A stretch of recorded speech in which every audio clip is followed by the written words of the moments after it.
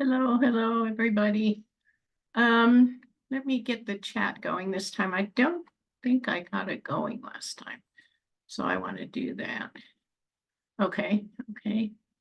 All right, so this is our second meeting of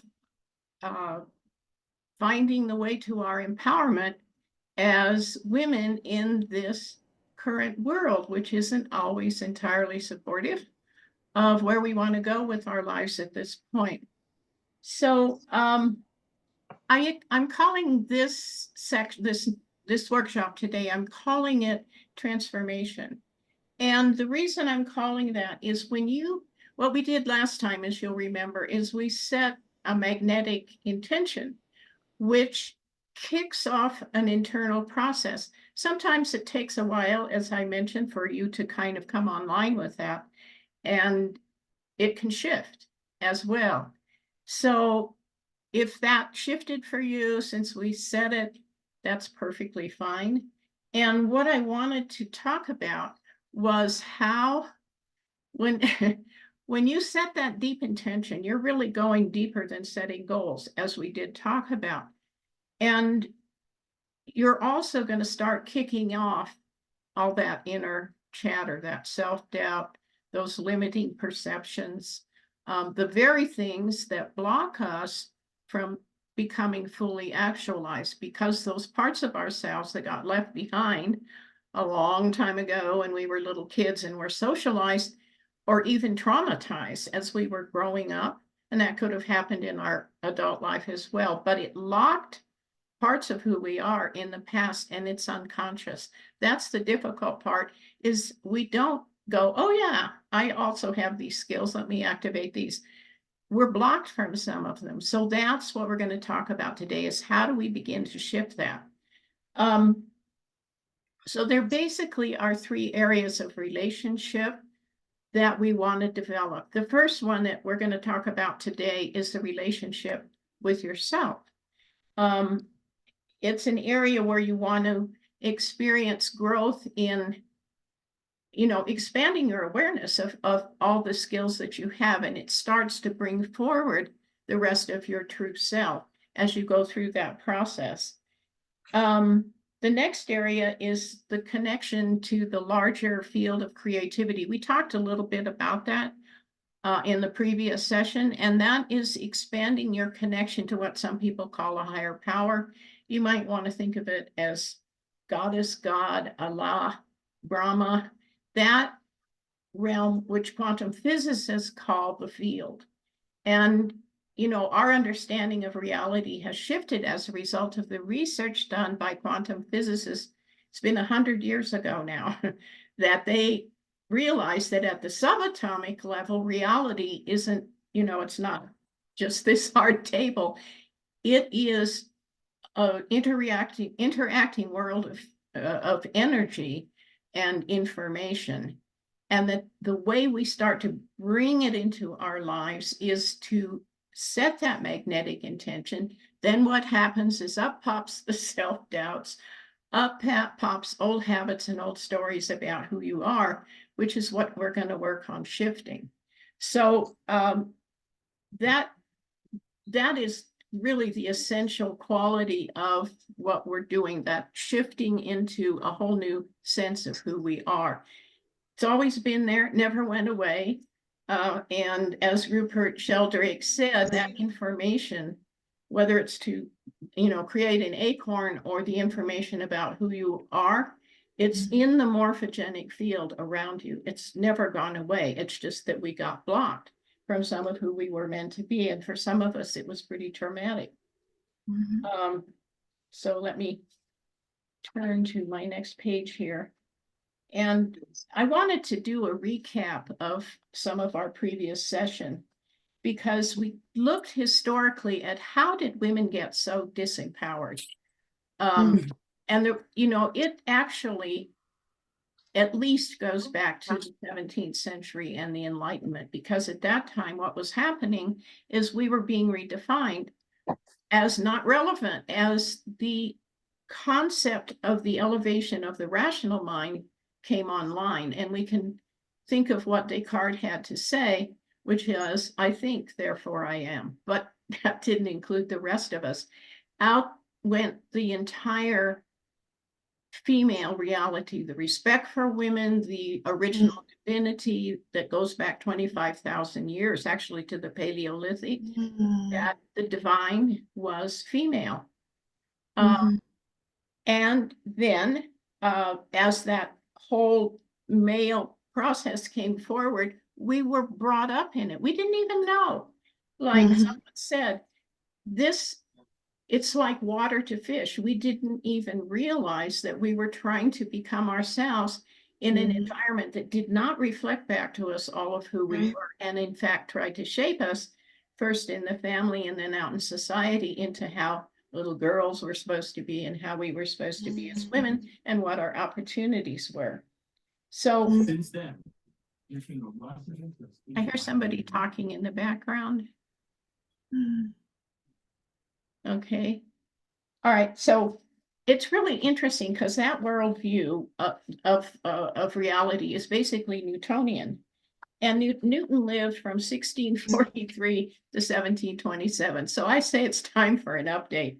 And when we include what quantum physicists discovered, we realize that, yes, indeed, there is a whole other reality, and it's now been scientifically proven, including the 28-year-long research at Princeton on intention, at the end of which Robert Johns said, we have proven beyond a statistical doubt that intention affects our reality. It's now up to you to decide what the implications of that are. And I would say for us women, the implications of that are huge. Yeah. This is really a time when we're rising, and the world is ready. The world is ready for a change. We are in so many crises right now. Yeah. Unfortunately, we can say thank you to a lot of the male leaders who got us here. But the fact that we're here is really exciting. One of my favorite writers, you may have heard of her, is Charlene Spretnak.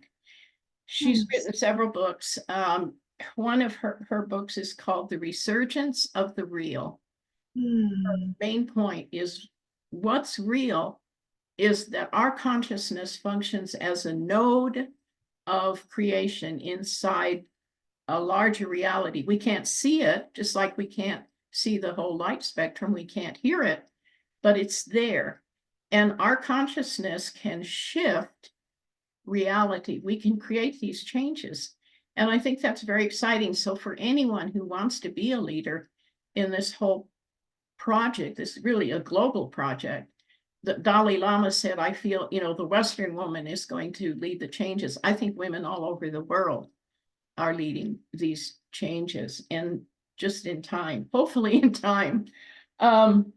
So when you develop your feminine power, what you're really doing is adding an understanding or a perception of quantum reality as being as real as the reality out here that we see in the everyday world. So let me see where I am here. I wanted to what really makes it difficult is those blocks that start to come up as soon as you say, this is my intention for this year or for the next couple of months. Up pops self-doubt, up pop old habits. We can't, it's natural. It's been our pattern for many, many years. So I wanted to give some example of my own, where I was functioning out of what I thought I was supposed to be like.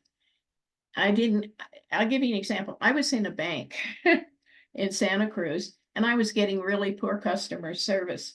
So I went into this arch attitude of, well, you really must, this has to turn out this particular way. And I was not very nice. I'm so embarrassed even when I share it and think about it. But here's what was happening. I had picked that up from my mother. My mother grew up in what you would say was, at that time, an upper middle class family in the Bay Area, went to a really nice high school, had great friends, and she had this certain attitude, and she was trying to teach me certain things. And one of them was that she didn't like a whole lot of people. There was this kind of veneer, which she fortunately got over as she got older, but I absorbed it as probably as a child. I didn't know I was being so dreadful. And another thing I didn't really understand is why I kept retracting men like my father. Huh. So these are examples of how your energy field and learned behaviors that you just absorbed from your family or society can impact you now, and they are completely unconscious. So I'll give you another example. This is from a client, not my client, someone else's client, but she mentioned this story. And this is of a woman who said, I really need help. I want to ask for help, but nobody wants to help me. It's not working. I feel really hopeless about it. So I don't really see how I'm going to grow in this part of my life. The therapist couldn't figure it out. She's like, I don't really understand what's happening here. And she didn't until she saw the woman in interaction with other people. And then what she saw is this woman had a very defensive way of asking for help. She would ask for help in a way that was not going to accept it, pushing it away, probably because she was afraid. But the coach didn't see it until she saw this woman in action. And then she said to this woman, what I noticed is when you ask for help, you're asking in an off-putting way. And this woman's like, oh my God, you're right. I never realized that. So this process of realizing and awakening takes time. And it really requires somebody there who's mirroring back to you some of yourself that's not functioning as well as you might like to be, and that will block you from full manifestation of your future or your growing self-actualizing self. And sometimes it's difficult. You have to step out of your comfort zone. You have to kind of go, you have to be a little humble and a little flexible to be able to go through this process. And it is so valuable when there's someone there mirroring some of this back to you. There was another client who was suffering from extreme anxiety all the time, and she didn't know really why. And she thought everybody suffered from this level of personal anxiety. And she went through a first chakra body process. And she realized that this is stuff that had been done to her. She was essentially abandoned as an infant. And I don't know if she came back together with her mother later, but the trauma and the terror of that helpless feeling had caused her a lifelong experience of extreme anxiety. And she never knew. She always thought everybody experienced this. So it was wonderful for her to finally get mirroring back to see that that wasn't true and that she could heal it. There was a client that I had years ago. She was addicted to drugs and to selling drugs. And I couldn't quite figure out what was going on. So she invited me to meet her parents. And I did meet them. I went to their house and I was really amazed to see how much her parents were actively devaluing her right in front of me, or criticizing her in subtle ways that undermined her sense of self-esteem. It was like she was still 15. This woman was in her early to mid 30s, and she was being treated like a child. Well, the net gain for the parents is she would stay home. She still lived with them. And then they could criticize her because she was addicted to drugs. So it was this terrible cycle that I worked with her to help her gain perspective on what the dynamics of that situation were. So there's all these different ways, because of our childhood experience, because of growing up in a male-defined society, that we get limited. So what I wanted to do today is to show you a practice, which is kind of fun. And it doesn't go to that really deep level stuff, but what it does do is it gives you a tool to deal with conflicts, let's say you've got a decision coming up, or let's say it has to do with the magnetic intention that we set in the first session, and you're feeling conflicted somehow and you're not sure what's going on. This process is based on working with your subpersonalities. I think I did mention last time that Roberto Assagioli, who studied with Carl Jung, and then he went out on his own, he created something called psychosynthesis, which you may have heard of. And part of his whole approach was to recognize we are complex beings. We have a lot of different aspects, and he called them subpersonalities. They actually have your best intention in mind, but what they can do is they all start talking at once, and it can make you feel conflicted and cause you to procrastinate. And it's really hard to get clear if you don't know how to listen to them. So this exercise helps to begin to differentiate these inner voices, and it's kind of fun. And I think it's very practical to use when you are trying, for example, to make a decision and you're at odds with yourself. So here's what their names are. I'm just going to name them, and then we're going to go through each of them and ask them a key question. So the first one is autonomy. The second one is the body regulator. The third one is confidence. The fourth one, the standard setter. The fifth one, the curious adventurer. The sixth one is the creative. The seventh one, executive manager. The eighth one is the relational. And the ninth one is the meaning maker. Now, in addition to these 9, there's also the mindful self. Now, the mindful self is you. And you might think of it in connection with mindfulness meditation, but it's some ability you can call online anytime you need it to sort through what's causing internal conflict. Because these inner voices can sound like they're not meaning anything good for you at all. It's because we haven't really learned how to hear them, to know what their names are. Now, this whole work was evolved from Assagioli through Richard Schwartz, who's a psychotherapist here in the United States, and from there developed at Harvard for people that they were training in the business program, so that these people would be more effective, wouldn't be thrown off track by these inner conflicts that they didn't quite have names for.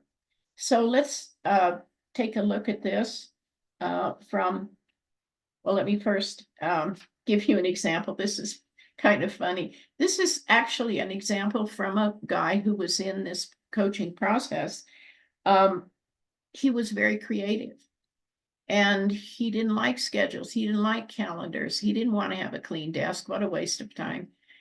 And what happened in his job, he was a manager in corporate America, and he started missing meetings because he wouldn't look at his calendar, because he was busy dreaming up great stuff for the company, but he was forgetting that these were the other qualities he needed to demonstrate as well.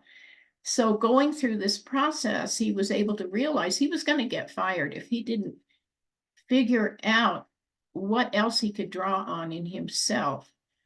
He wasn't going to survive in that career. So that's one simple example. And I just want to say that, this is a pretty easy exercise to do once you know what you're doing. And you can spend 10 minutes a day just kind of sorting through who's speaking up, who's feeling frustrated because they haven't been listened to recently.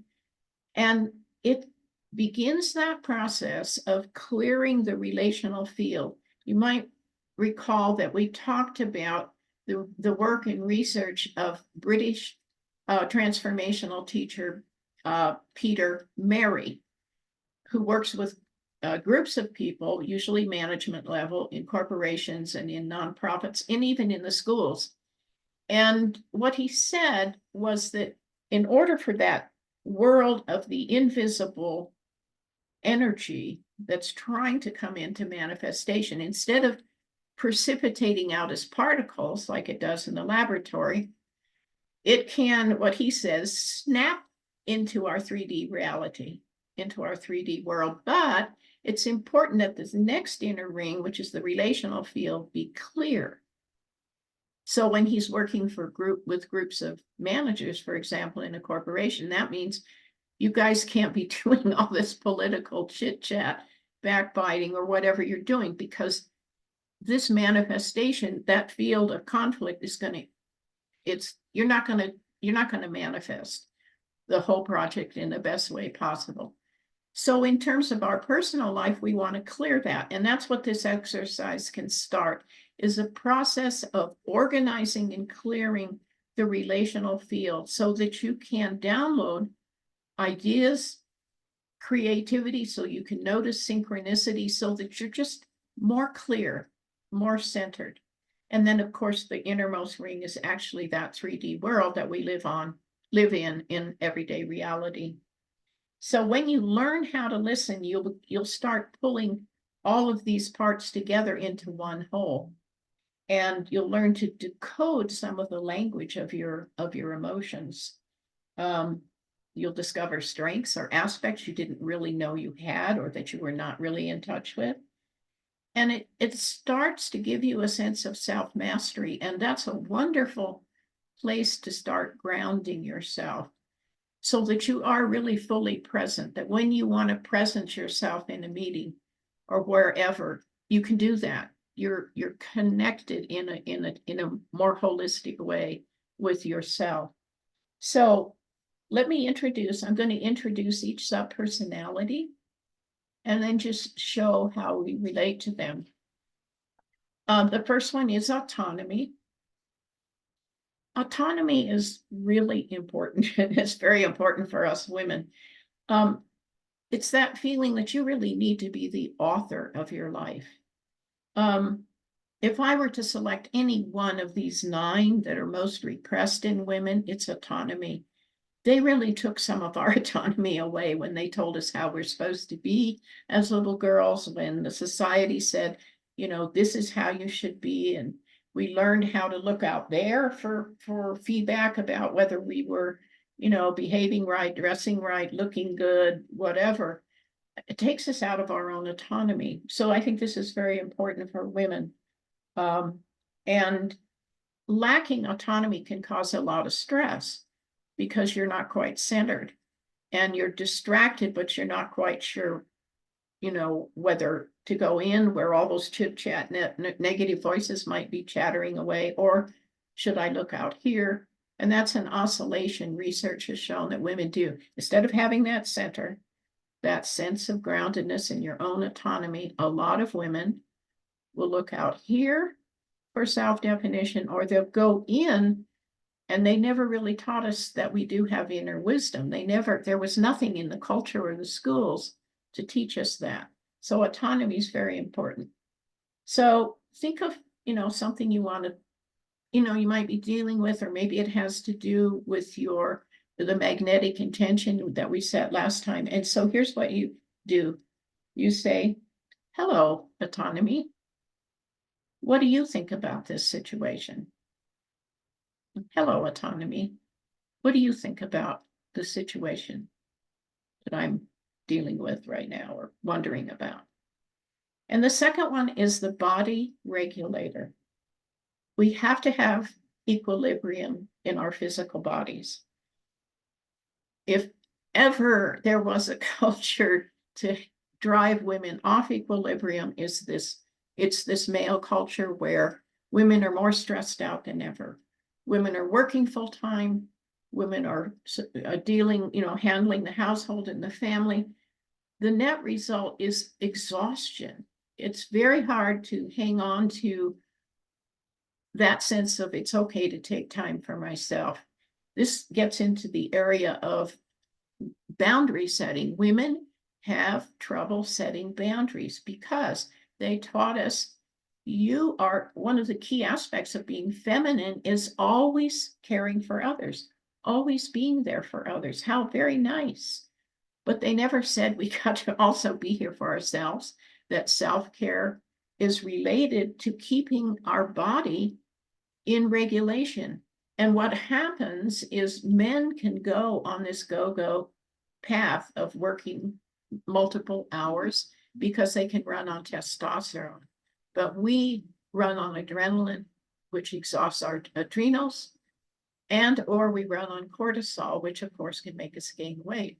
Among other things, it's really unhealthy. And women make up 80% of the autoimmune diseases. We really need to respect and take care of ourselves. We need to learn how to say no. We're not going to bring cookies to every PTA meeting. That's kind of a silly example, but you get my point. So very important that the body regulator and your natural rhythms be honored, and that you make space and make it clear that you're saying no to this particular request. There's a psychiatrist in New York named Anna Fels, and a lot of her clients are career women. And they come in with all of these stresses. They want to take time off from work to have a family. If they take time off for work, they can lose years and the status they had, and they have to kind of start over. So they end up seeing Anna Fels, who is a psychiatrist, to say, how do I sort this out?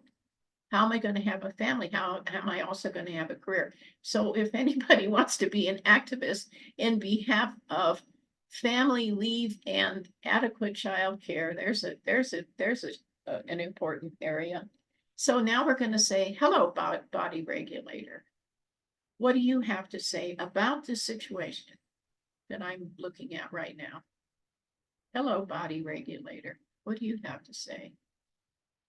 The next one is confidence. I think this is probably one area where almost every woman says, yeah, I really would like to have more self-confidence. And often the confidence subpersonality gets into a conflict with the standard setter. The standard setter says, this is how you should perform. This is the right way to do it. This is, you got to measure up. And the problem with the standard setter is in women, it's really high because out there in the world, women are expected to especially do well. In fact, women will hesitate about requesting, going for that promotion or requesting, a raise until she's about 85% certain that she's competent and confident and she's going to be able to do it successfully. Whereas a man at 30 to 40%, he's like, I'm good. I'm going for the promotion. And it's not funny. I mean, these guys in corporate America can go right past the woman who has more years and more experience. She's still sitting there in the consciousness of, wow, if I just do a really good job, I'll be noticed. That's not how the politics works in a corporate or really any larger functioning, I say functioning because sometimes they don't function so well, but in a larger context, she needs to know how to present herself. And that's all related to being self-realized, to knowing who you are and being able to do that. So it's starting to change. I really love it. I have to repeat the story I mentioned last time that Angela Merkel, the former Chancellor of Germany, and Christine Lagarde, who is currently the president of the central bank in Europe, get on the phone every week to keep each other's confidence up. Whether they still do that, I don't know, but I know they were doing it during the time Angela Merkel was chancellor. And I say, if it's good enough for them, it's good enough for us. That, we're still functioning in a world where women who are confident and skilled can be considered to be too aggressive, too confrontational, and all we're doing is being ourselves and being confident. So this is an important area for women to recognize that building our confidence and to support each other as mutually self-actualizing women is really important. So let's talk to confidence. Hello, confidence. What do you have to say about this particular situation that I'm considering right now? And then we do get to the standard setter, number 4. Standard setter is always evaluating how you perform. The inner critic can get together with the standard setter, and that's not a good combination. The standard setter needs to set attainable levels and to let you grow, understanding that your growth is going to result in more skills, more presence, more fullness and happiness throughout your life.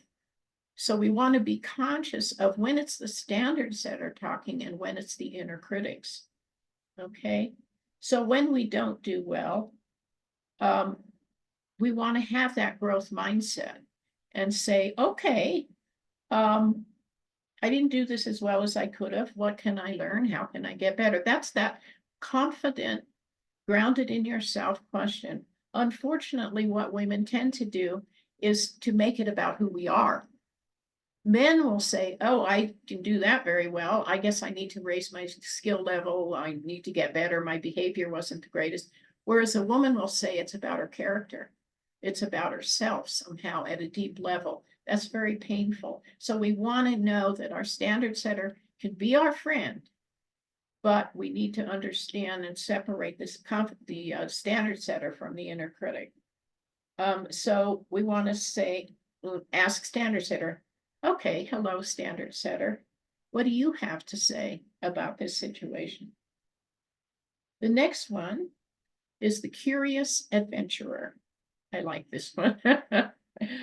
This is that need to experience novel situations, to explore, to learn. It's what compels people to climb mountains and do other kinds of things they wouldn't otherwise have dared, because a curious adventure is very strong in them. There's a psychologist named Thomas Kasdan who wrote a book, Curious, Discovering the Missing Ingredient to a Fulfilling Life. And he says that curiosity is a primary driver of human beings. He said, curious explorers have always been comfortable taking risks, trying to explain our world, discovering it for themselves so they can learn and grow. And I would say that the curious adventurer is a very valuable one to get to know and to be comfortable with, because we're in the 21st century where everything is changing so fast. And therefore, if you have a well-developed curious adventurer, it's not going to be as scary for you to what I used to call jumping off cliffs. That was kind of what I had to do when I was growing up, because there was no personal growth culture. There were no books. There were no coaches or mentors. So I jumped off, not literally jumping off cliffs, but I took risks in my life because I figured I had to, because I had grown up in that little, we lived in San Francisco the first 3 years, lovely. But then we moved back to the town where my dad had grown up, and he wanted to help his own dad with the lumberyard business that his dad owned. So now I find myself in this little farming town, and there's no mentors there. There's nobody to help me.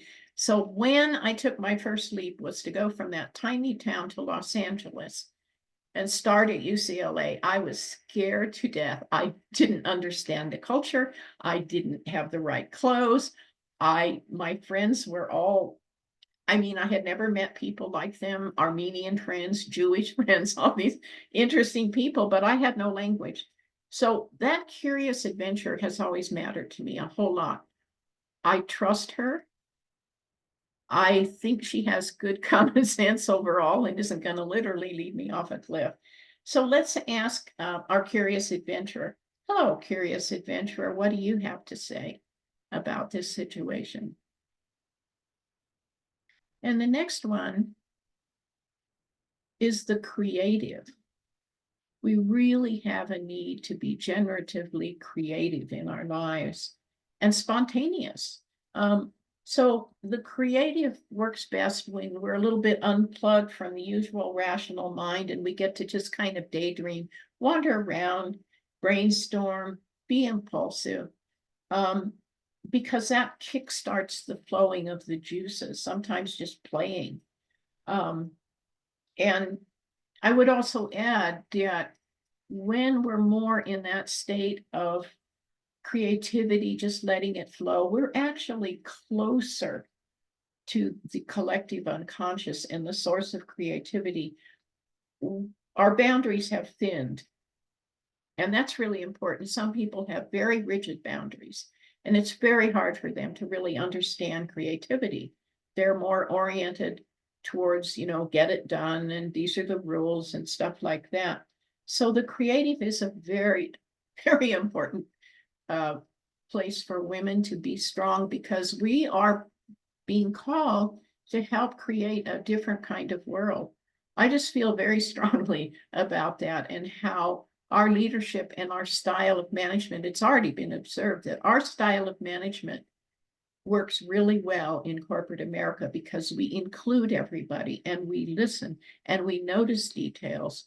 And those details can be very important for the success of the project. So creativity is really important. So let's ask our creative. Hello, creative. What do you have to say about this situation that I'm in right now, or this question that I have? And the next one is the executive manager. This is the brain organizer par excellence. This is the regulator who says, I can set aside disruptive emotions and impulses and distractions. I need to get productive, which is fine, which is good. It's just that you don't want the executive manager interrupting or struggling in conflict with the creative or other aspects of the inner. And, because the executive manager likes to run the show if it can get a foot up and you want to have it, but you want to have it in balance. So the executive manager will say, did you go to the grocery store? Have you got everything you need? Is everything packed for the trip? The executive manager wants us to stay on track. And it's very helpful in the realm of everyday reality. We make our bed, we clean our desk, we organize, we write a to-do list, and we get it done. That's your executive manager. Let's ask executive manager what they see, what she sees. Hello, executive manager. What do you have to say about my current question or this current situation? And then the next one is the relational. This is a really important subpersonality, and it's really it's really key to women because we're very relational. That's one of the reasons I think if anybody's going to save the world, as Sri Aurobindo said, if there is to be a future, it will wear the crown of feminine design. I love that. I love that quote. But it can also make it difficult for us to also respond to our sense of autonomy, whether that's our career or however our sense of autonomy manifests in each of our lives. So, the relational can stop you from, for example, going back to your career or starting a business because the relational is saying, what about the needs of everybody else? What about your son's dance lessons, your daughter's soccer game? You got to take them there. This is actually, this is actually a case study from a woman who was totally entangled in the conflict between her relational and her autonomy. She had had a good career. She quit so she could have a family. Now the kids were probably 8 and 10 years old. And she wanted to go back to work. But the relational was saying, you got to stay home. The kids need you. The kids need you. This is a really important time. She's like, oh my God, I don't know what to do.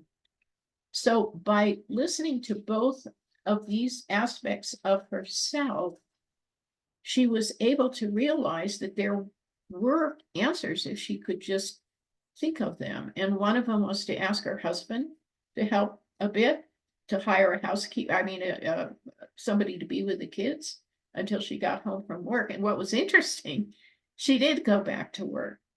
And her kids saw a whole new aspect of their mother, this creative leader, woman, professional that they hadn't seen. She was mom who picked them up from soccer. Now here's these other aspects of her shining forth. So our relational is important, and we want to know what relational has to say as we weigh it against all our other subpersonalities. So let's ask relational. Hello, relational. What do you have to say about this current situation? Hello, relational. What do you have to say about this current situation? And next is the meaning maker. This is especially comes online, I think, when we're older, although I will say that the younger generation, the youngest generation now is so savvy and they do see the big picture. The internet has made a difference. They have access to teachings and understandings and levels of understanding that I never had. And those of us who grew up before the internet, I'm not saying the internet's the perfect solution, but the meaning maker is the one who asks the big questions. What does it mean to be human? And what is the purpose of our lives? What is it, what am I here for? And this is, of course, related to fulfilling our personal destiny, our purpose. So every human being is wired to ask that question. And it's very important to be able to zoom out and look at all the aspects of your life and see where you are in terms of developing your different qualities and, in that big picture where you're really heading. Because self-actualization is really about that. Ultimately, it's that big picture. So we want to ask the meaning maker to help us out, because the meaning maker is a critical skill for self-reflection and is really a primary driver when we want to make a change in our lives. So as self-actualizing women, the meaning maker is very big and very important. So let's ask, hello, meaning maker, what do you have to say yourself about this question I'm dealing with or facing? And the final one is kind of our home base. I mentioned a little bit about this before.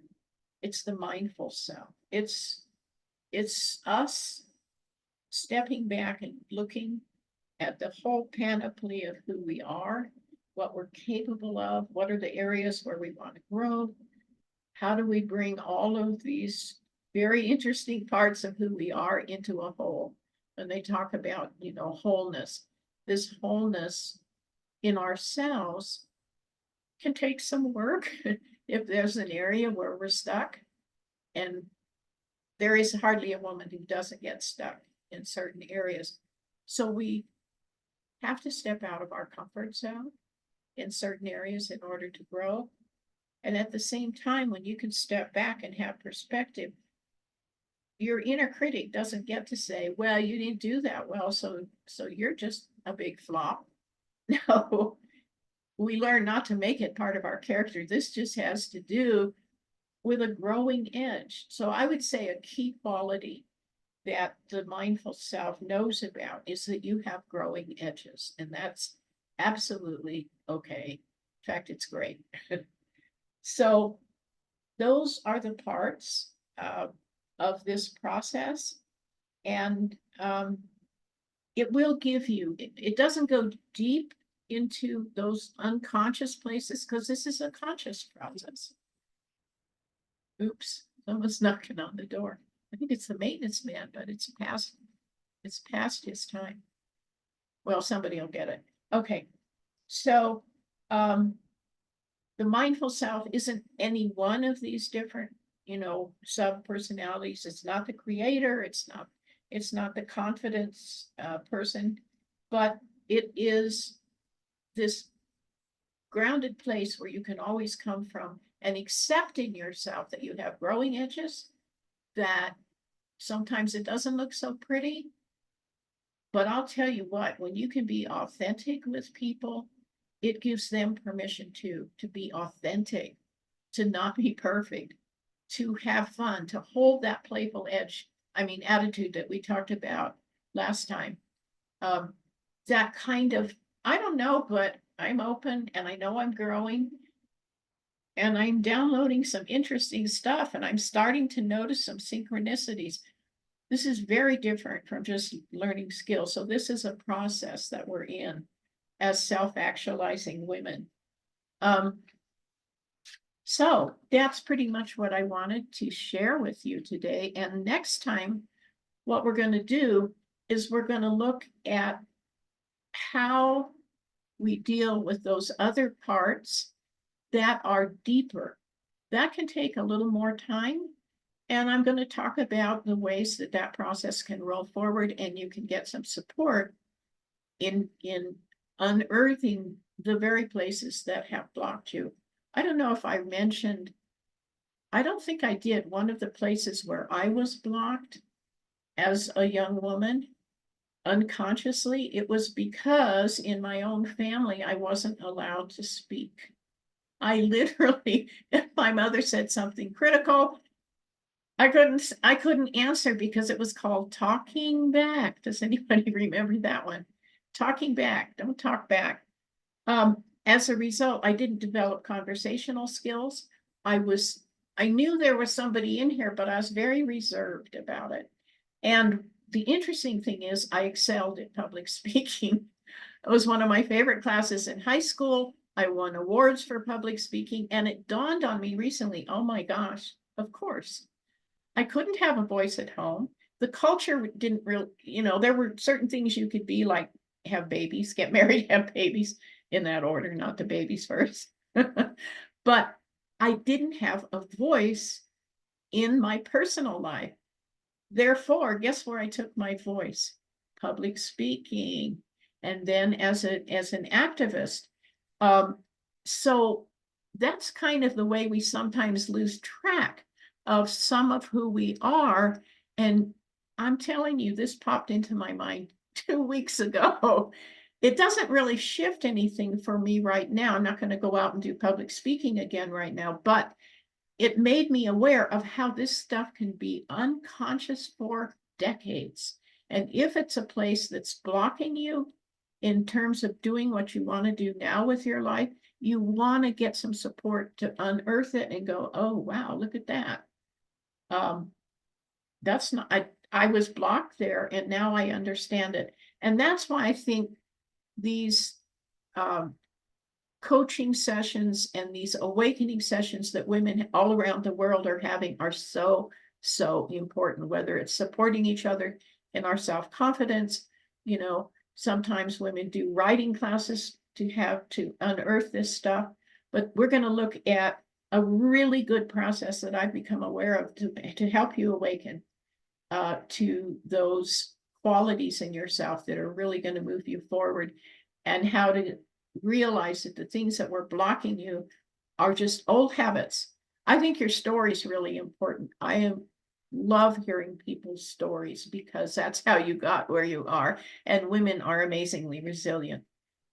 But inside those stories are also some of those old habits that aren't going to enable you to be that self-actualized woman now that that we're now called to be.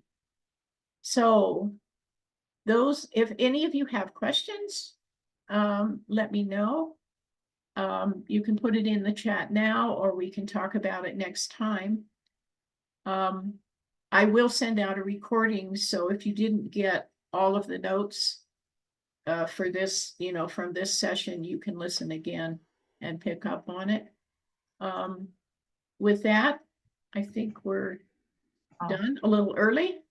But I had a question. I was by the time I type it, I'm not very quick at typing, but I've noticed you've given us 9, was it 9 things that we need to ask, and hello creative and all that. Right. The thing, I haven't actually written it, so it'll be a bit convoluted what I'm asking.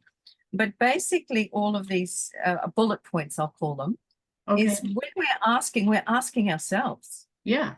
And so we really have to know who we are, because I, just a quick thing, I don't want to talk about Yeah. myself. No. I was, No. my parents had a daughter. That was my older sister. My father wanted a son. I was born. So I became his friend. And we were on a rural property, and he was an engineer. So I went with dad everywhere. We went to workshops. I saw him welding. I drove the tractor with him. I was only a nipper, but I cleaned engine parts. I was a person. I wasn't a female. My sister had the curlers. She wore the fluffy slippers. She did the cooking. I did the farm work, and I loved it. Yeah. I also married and had children, so I didn't want to change my gender. I was happy being a girl, sort of. Didn't like the monthly periods, but I didn't have to shop, so that was a bonus. But I used to. My father taught me that nothing is impossible. He Oh, said, how "I'm an lovely. engineer. You've got to believe that nothing is impossible." And he gave me a sense of adventure. So I'm listening to you, but I have friends that I can share this with. So thank you. But I'm still learning stuff. I don't know everything, but with these 9 points or 10 points, we are asking ourselves. So we have to trust ourselves with the answer, don't we? Yes. Because that's how I've existed. I've always questioned myself in these areas, not exactly every one, but because my husband left and I had 2 children to raise, I had to do it on my own. And I developed, I drew on strengths I had confidence. I was asked by a man once, "Are you a man hater?" Because I had a position of responsibility and I was doing well in it. This is going back 30 years. Yeah. And he took me aside. He was like a boss there. And he said, "Are you a man hater?" And I went, "What?" He said, "Well, you're so forward and you're so aggressive, not aggressive, but you're doing everything." And I went, and like, I didn't mean to trample men, but I was working as a bloke. And I think they expected me to be in that role that you've talked. So you've explained something to me. But yeah, but please, I just, so we do ask ourselves that question when we say hello creative, we're actually going into our head and asking that creative side of ourselves, that question. We're going But into, yeah, we're so going, that's the question I've got. We're asking ourselves. we're asking ourselves, but we're kind of asking our higher self at the same time. In other words, you might download something that never occurred to you before. Let me tell you, this is so funny. When I was studying psychology, I went back for a second BA. My first was in literature from UC Berkeley, and then I went to UC Santa Cruz in psychology for 3 years. I got exposed to Jungian psychology. I knew nothing about it. I was asked to write a paper. Oops. So I'm sitting there, it's like 11:30 at night, and I'm a complete blank. I don't know enough to really write something interesting. All of a sudden, I got ideas. I was downloading stuff. I wrote it all out. I typed it all up. I turned it in. The TA called me. She said, "This is remarkable. I would like you to meet the director of the Jungian Society of Santa Cruz." Oops. Oh no. So I did meet her. I'll never forget it. And she immediately asked me a question that would develop one of the things I had written. I had no idea what to say. I was so embarrassed. That was basically the end of my invitation to the Jungian Society. My point being, we do download when Yes. you allow yourself, Okay. you're just listening. And that's how I wrote that paper. That's a specific example. But as far as this thing about growing up in a masculine reality, I grew up socialized largely by men. It didn't help me have that voice I wanted to because my mother was always there criticizing. But my father was the one who was there for me whenever I needed something. And no, he couldn't give me life direction or pictures, or he never told me I could be anything I wanted to be, partly because my mother tended to be dominant with some of her neuroses. But the way I talked to myself in those years was, I don't want to be a girl like other girls. I don't want to gossip. I can I can drive a truck. I know how to ride horses. My grandfather, bless him, taught me that. So I had that. It gave me a lot of confidence. But I said to myself, I want to be like a man. I'm not putting up with this I'm not putting up with these Tony perms and these dresses and all that stuff. Oh no. So I understand where you're, yeah, I think that's great that you had that experience. I just realize how fortunate I am. You know, my dad passed quite a while ago, but I just keep thinking, thank you, Dad, thank you. You know, because it's given me life skills, and I'm still learning. Believe me, Melanie. I've played your first, you know, the YouTube thing about 3 times. I played it and listened and played it, listened and thought. You know, and so thank you for giving us that video so quickly, because it was still fresh in my mind. I had notes, but I just wanted to let it sink right in, so it became part of my being, what you were telling us. Wonderful. It Thank you really for that is. feedback. Thank you It's for that. so yeah, That's brilliant. very nice. Thank you. Yeah. Does anyone else? I see Dana. Yes, you are welcome. I'm glad to see you here and see your face. So hi. Does anyone else have anything they want to share or question? Melanie, it's Sarah here. Hi, Sarah. I God, it's turned my great to hear your voice. Oh my God. I know, right? So I really love what you're sharing this evening, and you know, it reminds me of a teacher I had once, and she would say, you know, all you have to do is ask, child. You know, and I would just look at her and go, well, of course. I just, you know, I forget to ask.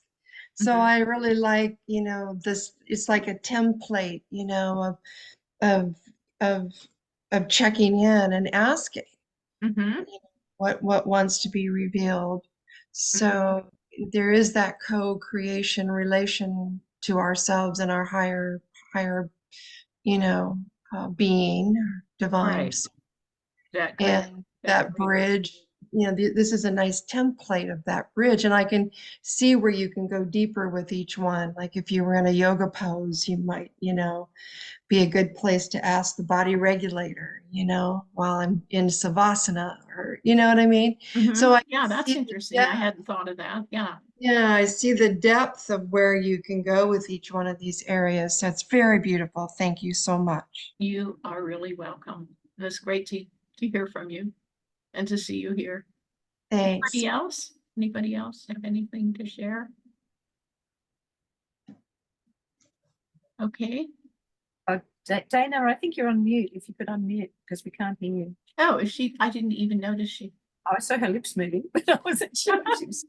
Were you? Oh, she's on her iPhone, I guess. Are you? Did you want to? There we go. There There. we go. Okay.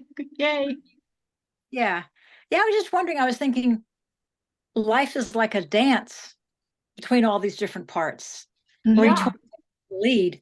And it really is, I like how you laid them all out, because I mean I've seen lists of like personality types and limiting belief types and all of that. And I hadn't come across this, what you gave us tonight, about the parts that we each have that are already there, always working together. And Or not, if they're in conflict. or not, yeah, Yeah. or not. So it's I like this a lot, and it also seems to complete, because um I vacillate with each one of these characteristics throughout my days and years and decades. And I just like this. It kind of gives some order here.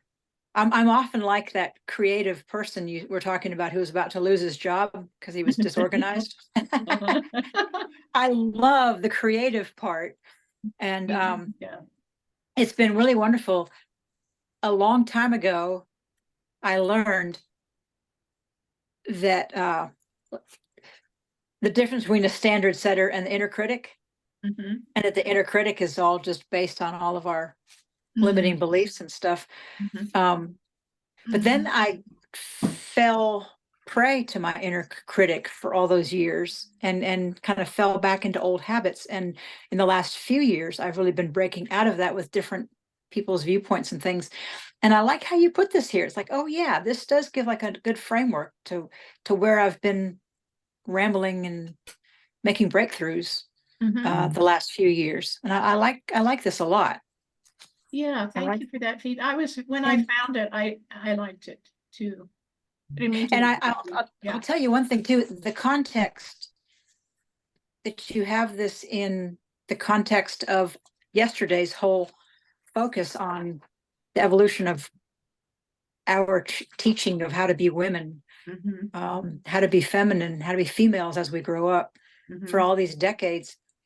That as a context to this is a nice approach to me. It's different from other approaches that I've come across. So I like that a lot. And when you two were just talking, I grew up loving being a girl, but I was in the middle of the two of y'all. I didn't want to do all the boy things. I wasn't a tomboy per se. I didn't want to do the boy things. I didn't want to have the boys' responsibilities. And that was a big thing that I just realized, like, oh yeah, that is that difference. The boys had the responsibility. They asked the girl out for the date. They had to be responsible for this or that or the other. The girls didn't have to do all those things. So I liked that. But I also was not a girly girl. It's like, don't curl my hair. Don't make me wear pretty dresses. Don't, I'm not gonna, I didn't join groups. I didn't join cliques. I just had a few real friends. I wanted real. I wanted just real, authentic people. And I liked boys that way because they were just more straightforward. And if they thought something about you, they'd tell you. They wouldn't tell all their friends behind your back. And then you'd find out 5 days later in this twisted way what somebody really thought about you. Right. And yet I wasn't always straightforward, because I was afraid to voice what I thought for fear of criticism. So I was all a mix. And it's kind of, I don't know, this is a nice layout you gave that I'm kind of seeing from that view tonight. Yeah, it's kind of a different map to the territory, as Gregory Bateson used to say. The map's not the territory, but the map is helpful. And, I like that. Yeah, he was one of the co-founders of systems theory, which is a modern way of talking about what that transpersonal realm that we were talking about last time. It's so interesting how it's come full circle from 25,000 years ago, when people just intuited the wholeness of things, and the whole religion centered around, well, of course, women represent the creative forces of the universe. I mean, they give birth, they nurture, and they became the leaders naturally. And then we went through this whole period of the dominant male perspective, and we lost all that. And then so suddenly in the 20th century, here comes somebody like Gregory Bateson who says, no, we need to have a whole system perspective. And it got named systems theory. And it's like he was talking about the same thing that people intuited thousands of years ago. It's very interesting. So I think we can trust that we're okay wherever we are in our process. We do want to get past those limiting beliefs because, for example, the woman suffering from anxiety, and she had no idea that this was something that happened to her in infancy. And in fact, a lot of those limiting beliefs are stored in our bodies. They're not accessible to conscious, they're not accessible to the memory that we brought online by the time we were 2.5 or 3. So often you're feeling critical, or you're feeling disempowered or depressed, and it's coming from something that happened when you were 1.5 years old or earlier. It's very interesting to do chakra body work, because the lowest chakra is that first year basically of life, and the second chakra, Oh, I didn't realize that. Yeah. I didn't need that. Well, what happened? There's a woman named Anadia Judith, and she pulled together body work from Alexander Lowen with the chakras and created a psychological developmental vision of the chakras. And I find it fascinating. I've not done a lot of reading in that area, but I have studied it a bit, so that those woundings and those critical voices are coming like in the first 2.5 years of life. By the time you get to the second chakra, people say it's all about sexuality. It's about a lot more than that. It's about the beginnings of your autonomy. And there's a lot of wounding that can happen there. I'm thinking of a child. Oh my goodness, this was I saw the video. Little girl about 2 years old, and her parents' entertainment was to teach her to punish herself for reaching out to pick up things off the coffee table. Can you imagine that? So she would go like this and she'd go, no, no. And they go, ha, ha, ha, ha. That's pretty funny. And they would teach her this oh God, terrible self-limiting. So that's right. This is the terrible twos. The second chakra is what they call the terrible twos. But that's the beginning of autonomy for a child. And so, yeah, and then it goes on from there. So I think it's another way. And interestingly, this one coach who works primarily with body chakra work has been able to help people awaken those unconscious memories. They're not in the body, they're not here, they're in the body by working with the chakra energies. Very, very interesting process. Wow. Yeah, it's very wow. Wow. That's pretty powerful. Yeah. I was amazed when I came across it. It for the first time, it made total sense to me. You know, I've studied developmental psychology, and then the chakras were sort of over here and a little esoteric. And when this was pulled together, I just, not by me, by Anna Dia Judith, I went, wow, this is very interesting. She took Alexander Lowen's body work. She brought developmental psychology, brought it all into a realm where we can recognize it, as our own way of how we developed, really.